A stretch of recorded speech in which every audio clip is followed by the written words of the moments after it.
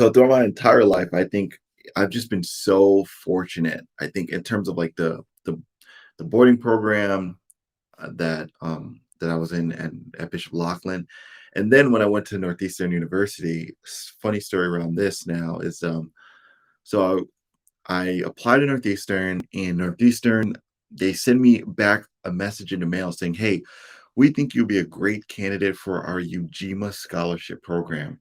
And the UGMA scholarship program is we take all the people who have great grades, but who had maybe very difficult life circumstances. Maybe they grew up in extreme poverty, but they still did really well. We want to give them a full ride scholarship, and we'll house them together, have a lot of resources, and really build them up. So I went, interviewed for the program, and I remember this to this day. Whereas during the interview, there was hundreds of people of color there, but there was only spots for 30 students for the UGMA scholarship, because it's Northeastern University full ride scholarship. I mean, full everything.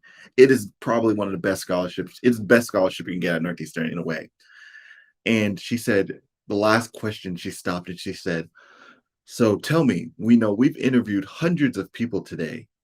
Why should we let you into the UGMA scholarship program?" And I like paused for maybe a minute and I didn't say anything. I just like stared and I said, it's like a long answer, but I was talked about how I grew up where there was like no opportunities, no role models were non-existent. Opportunities were scarce, but I worked hard and overcome many obstacles and things like that. But at the end of my speech, she actually started crying and she wiped tears from her eyes. And she said, "That was the most beautiful answer I've heard all day." And she shook my hand. I walked out. And then, like 72 hours later, I got something in the mail saying, "Congratulations, you've been accepted to the UGMA scholarship program." Now, why I say that is because talk about my transition to the college life. It was almost in a way I had the boarding program for Northeastern kind of implanted, like it kind of just moved up with me to college when I went to Northeastern, because they had a dorm for us, but they really secured 2 floors for us. And it was like, 30 students. It was probably around maybe even 40, I think. 20 men, 20 women of color, a lot come from very difficult backgrounds. And they housed us all together. They had resources for us. So like every week we would meet together in the African American Institute, and that's when the people who were running the program would speak to us. They had a mandatory study hall for us where we would have to be there for a couple hours a day, and they had tutors and resources and everything, and they were like, "We are dedicated to your success. We want you to succeed here." And it was somewhat difficult for a lot of people having mandatory study hall.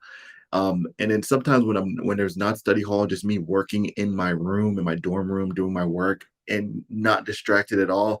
And people are like, "How can you just be so distracted?" Like they'll be running around the hallways. They didn't have Angelo telling them, "Hey, do your work." They had study hall, but outside of study hall, which was just 2 hours or an hour, they were running around the hallway and like, "How can you do your work?" Is because I had this program in high school. I was doing this in high school. So when Aaron said he had a leg up in front of out of everyone because he went through this program already, I totally can attest to that. I feel like I was so focused. I understood exactly what I need to do living in a dorm environment in order for me to